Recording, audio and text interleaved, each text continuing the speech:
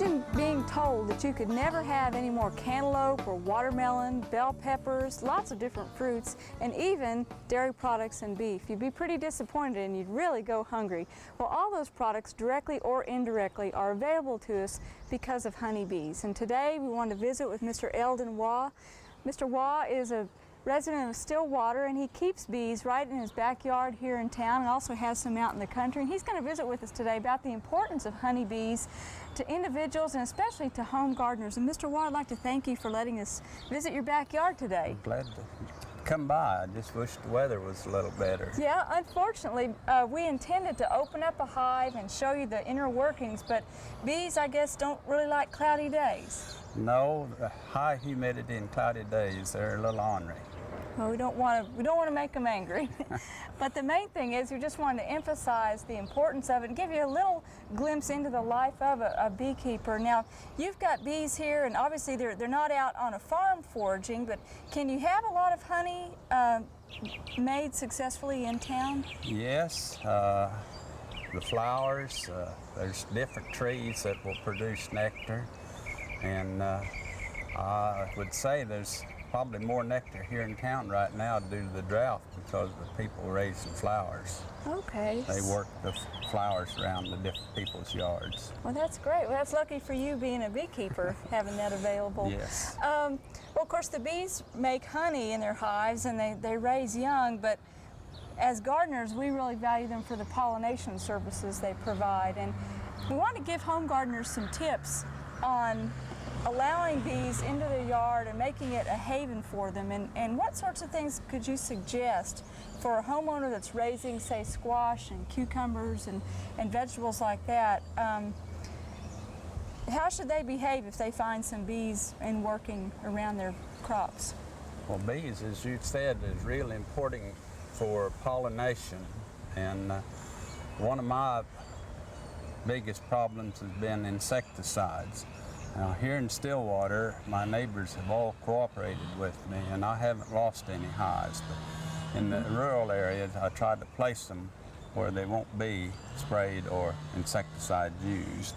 Okay, and possibly it'd be pretty important, wouldn't it, if a person gets a pest problem in their backyard and they decide to use a pesticide, shouldn't they wait till evening?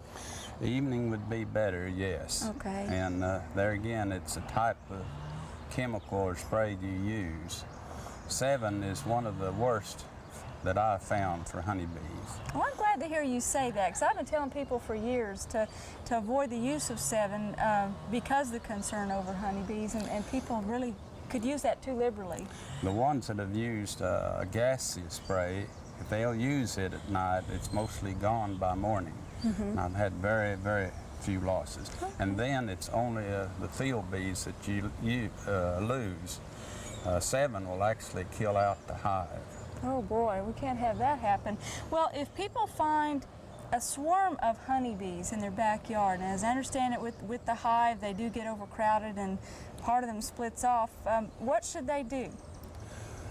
Well, I'd be glad if they can give me a call, because I like to catch any swarms I can. Okay.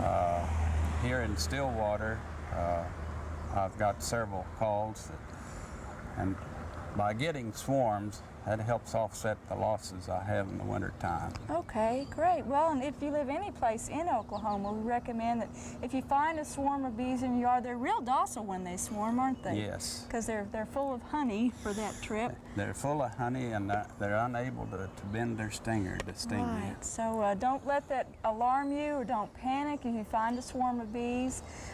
Just call your local extension office or call the fire department, and they'll be more than happy to refer you to beekeepers, and they'll be more than happy to come get that swarm.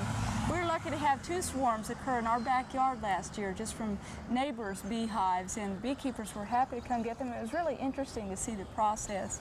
Well, you mentioned some problems with winter losses. There's some other very serious losses that beekeepers are suffering right now, and that's particularly why we wanted to encourage you to help conserve the honeybee, and that's the problem with mites. Yes. There's 2 types of mites, tracheal mite and the varroa mite. The tracheal mite is, we can treat those by using the menthol crystals, and the varroa mite by Apistan plastic strips. But you're limited when you can use those.